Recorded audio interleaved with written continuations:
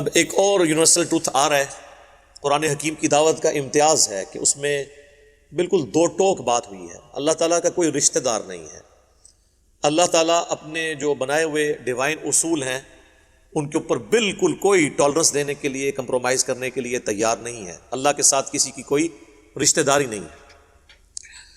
لیس بامانیکم، کچھ نہیں بننا تمہاری امیدوں سے، تمہاری خواہشات سے، ولا امانی اہل الکتاب، اور نہ ہی اہل کتاب نے کچھ اپنی وشفل تھنکنگز جو بنائی ہوئی ہیں، جھوٹی خواہشات، ان سے کچھ نہیں بننا۔ من یعمل سوءا یجز بہ، جو کوئی بھی برا عمل کرے گا اس کی سزا پا لے گا۔ یعنی کسی کی خواہش سے کچھ نہیں ہونا، اور خواہش آپ کے سامنے ہے، کچھ بھی ہے تیرے محبوب کی امت سے، حضور کی نسبت کی وجہ سے اللہ تعالیٰ میں چھوڑ دے۔ یہ ہے وہ اصل میں چیز جو دھوکے میں ڈالتی ہے لوگوں کو۔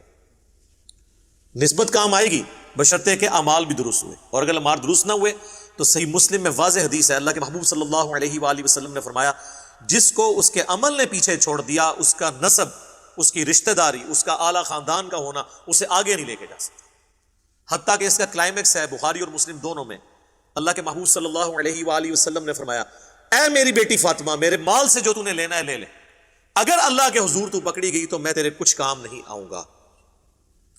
اے اللہ کے نبی کی پھوپھی صفیہ، میرے مال سے جو کچھ لینا ہے لے لے، اگر اللہ نے پکڑ لیا تو میں تیرے کچھ کام نہیں آؤں گا۔ اے اللہ کے نبی کے چچا عباس بن عبد المطلب، میرے مال سے جو کچھ لینا ہے وہ لے لو، لیکن اللہ کے حضور تم پکڑے گئے تو میں تمہارے کچھ کام نہیں آؤں گا۔ اب مجھے بتائیں اس سے زیادہ کھول کے کیا بیان کیا جا سکتا تھا؟ لیکن ہم لوگ اپنی وشفل تھنکنگز میں کہ ٹھیک ہے جی ہماری نسبت ہے، ہمیں بچا لے گی، اور یہ تصویر کا ایک رخ ہے کہ ہمیں بتایا گیا کہ اللہ کے محبوب صلی اللہ علیہ وآلہ وسلم شفاعت کریں گے، یقیناً کریں گے، لیکن بالاذن ہوگی، جس کے لیے اللہ چاہے گا اس کے لیے شفاعت کریں گے۔ لیکن تصویر کا دوسرا رخ اس سے زیادہ خطرناک ہے، اور وہ ہے سورۃ الفرقان کی آیت نمبر 30، وقال الرسول یا رب ان قوم اتخذوا هذا القرآن مہجورا۔ اللہ کے نبی شکایت کریں گے قیامت کے دن، اے اللہ میری قوم نے قرآن کو پیٹھ کے پیچھے ڈال دیا تھا۔ تو جو قرآن کو چھوڑے گا اللہ کے نبی علیہ السلام اس کے خلاف شکایت کرے گا۔ صحیح مسلم میں ہی حدیث ہے، القرآن حجت لک او علیک، قرآن یا قیامت کے دن تیرے حق میں حجت ہوگا یا تیرے خلاف حجت۔ جو اس کے مطابق چلیں گے ان کے حق میں حجت، جو خلاف چلیں گے ان کے خلاف حجت۔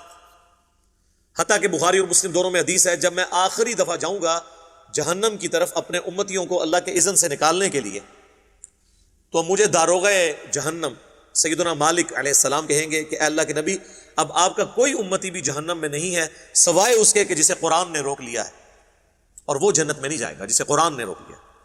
اور قرآن نے کس کو روک لیا؟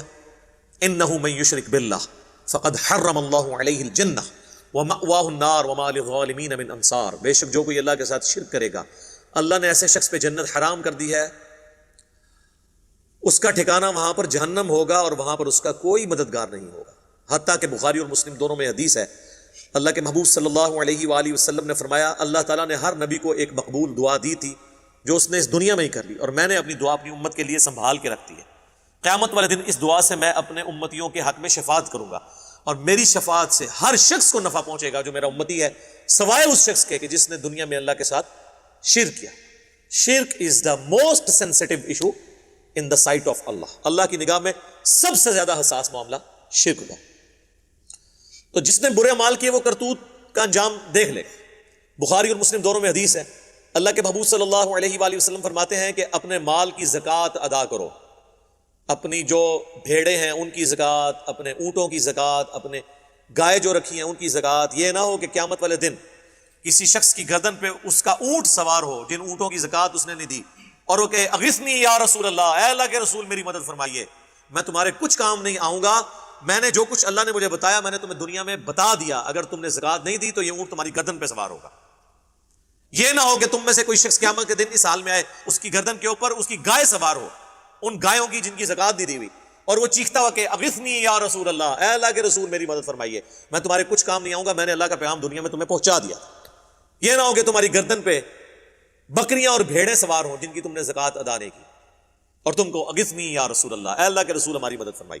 یہ ہم بچپن میں جناب یہ بیج لگایا کرتے تھے، وہ انجمن طلباء اسلام ہوتی تھی نا، بریلوی مکتب فکر کی ایک سمجھ لیں اسٹوڈنٹ ونگ، جس طرح جماعت اسلامی کی ہے نا جمعیت طلباء، اسی طریقے سے مسلم لیگ کی MSF ہے، پیپلز پارٹی کی PSF ہے، اور تحریک انصاف کی ISF ہے. اس طرح بریلویوں کی ایک جماعت ہوتی تھی ATI. آج بھی جو اسلامی یونیورسٹی بھاولپور ہے اس میں ان کا زور ہے، باقی آلموسٹ. تو انہوں نے وہ بیج بنائے ہوتے تھے، اغثنی یا رسول اللہ. اس وقت ہمیں یہ پتہ نہیں تھا کہ یہ نعرہ جہاں سے لیا گیا یہ تو کسی اور معنی میں آیا ہوا ہے.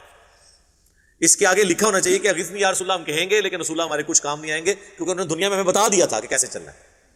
اور وہ بیج اس لیے لگواتے تھے کہ جو مرضی کریں اللہ کے نبی ہمارے کام آ جائیں گے. وہی بات جو ہم کہتے ہیں جو کچھ بھی ہیں تیرے محبوب کی امت سے ہیں، چور ہیں، ٹھگ ہیں، فراڈیے ہیں، حرام خور ہیں، بے نمازی ہیں، ہم نے تو صحیح نہیں بننا ہے، اللہ اسی طریقے سے ہمیں قبول کر لے، جو کچھ بھی ہے تیرے محبوب کی امت سے. اور میں کہتا ہوں کہ اگر دنیا میں مورل لاز ایکٹیو ہوتے نا، اسی وقت آ کے سر کے اوپر جوتی پڑتی کہ اپنی زبانوں کو لگام دو، اللہ کے نبی کے ساتھ اپنی نسبت جوڑ کر، اور پھر یہ دھوس لگا رہے ہو میں اس بات کی. تمہیں تو شرم آنی چاہیے کہ تم اپنے ناپاک زبانوں سے، اپنے ناپاک کردار کے ساتھ اس نبی کا نام لے رہے ہو کہ جس نے دنیا میں سب کچھ تمہیں بتا دیا تھا. تو یہ آگے جوتیاں پڑنی تھی. تو یہ اللہ کا یونیورسل جو ٹروتھ، ایک یونیورسل قانون ہے، یہ سورۃ البقرہ میں بھی آیا تھا. کچھ نہیں بننا، نہ تمہاری خواہشات سے، نہ اہل کتاب کی خواہشات سے. من یعمل سوءا یجز بہ، جو کوئی برے اعمال کرے گا وہ اس کی جزا پا لے گا. جزا کا مطلب سزا، بدلہ، عربی میں جزا کہتے ہیں بدلے کو. ولا یجد لہ من دون اللہ ولیا ولا نصیرا، اور نہ قیامت والے دن اللہ کے سوا کوئی اپنا دوست پائے گا اور نہ ہی مددگار.